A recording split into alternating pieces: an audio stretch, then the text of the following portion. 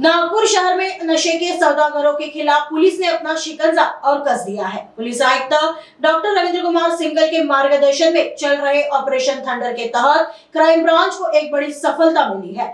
मामला नंदनवन इलाके का है, जहां देर रात पुलिस ने घेराबंदी कर एक शातिर ड्रग पेडलर को गिरफ्तार किया है। मिली जानकारी के अनुसार पुलिस की टीम जब केडीके कॉलेज रोड पर गश्त कर रही थी, तब उन्हें एक संदिग्ध व्यक्ति दिखाई दिया।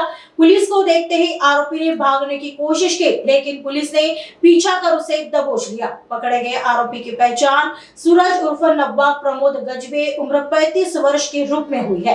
तलाशी के दौरान उसके पास से जो मिला उसने पुलिस के भी होश उड़ा दिए हैं। पुलिस को आरोपी के पास से 66 ग्राम एमडी पाउडर, 846 ग्राम गांजा, 10,000 रुपए नगद और एक मोबाइल फोन, ऐसा कुल करीब 3,76,150 रुपए का माल जब्त किया है। पुलिस की पूछताछ में आरोपी ने खुलासा किया है कि उसने यह नशीला पदार्थ रोशन रोहनकर नाम के एक अन्य व्यक्ति से खरीदा था, जिसकी तलाश अब पुलिस कर रही है। आरोपी के खिलाफ नंदनवन पुलिस थाने में एनडीपीएस एक्ट के विभिन्न धाराओं के तहत मामला दर्ज कर उसे गिरफ्तार कर लिया गया है। आगे की जांच पुलिस कर रही है।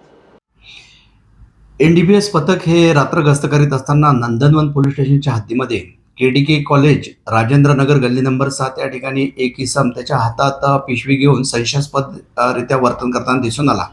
त्याची आम्ही 2 पंचासमक्ष झडती घेतली असता त्याच्या ताब्यामध्ये थैलीमध्ये एकूण 67 ग्राम एमडी ड्रग्स पावडर तसेच 846 ग्राम गांजा हा अंमली पदार्थ मिळून आलेला आहे। त्याच्यावरती रितसर कार्यवाही करून पुढील तपास नंदनवन पोलीस स्टेशन करत आहे। आरोपीचे नाव आहे सूरज गजबे उर्फ नव्वा म्हणून त्याला त्या परिसरामध्ये ओळखले जाते। त्याच्या विरुद्ध यापूर्वी सुद्धा एनडीपीएसचा एक गुन्हा, जुगार तसेच 324, 326 व आर्म्स ऍक्ट या प्रकारे एकूण 7 गुन्हे दाखल आहे।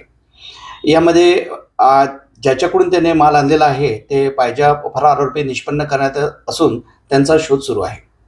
अटक आरोपीकडून एमडी, गांजा, मोबाईल, रोख रक्कम असा एकूण 3,76,000 रुपयाचा मुद्देमाल जप्त करण्यात आलेला आहे। सदरची कारवाई हे माननीय पोलीस आयुक्त श्री रवींद्र कुमार सिंगल यांनी सुरू केलेल्या ऑपरेशन थंडर अंतर्गत वरिष्ठांच्या मार्गदर्शनानुसार करण्यात आलेली आहे।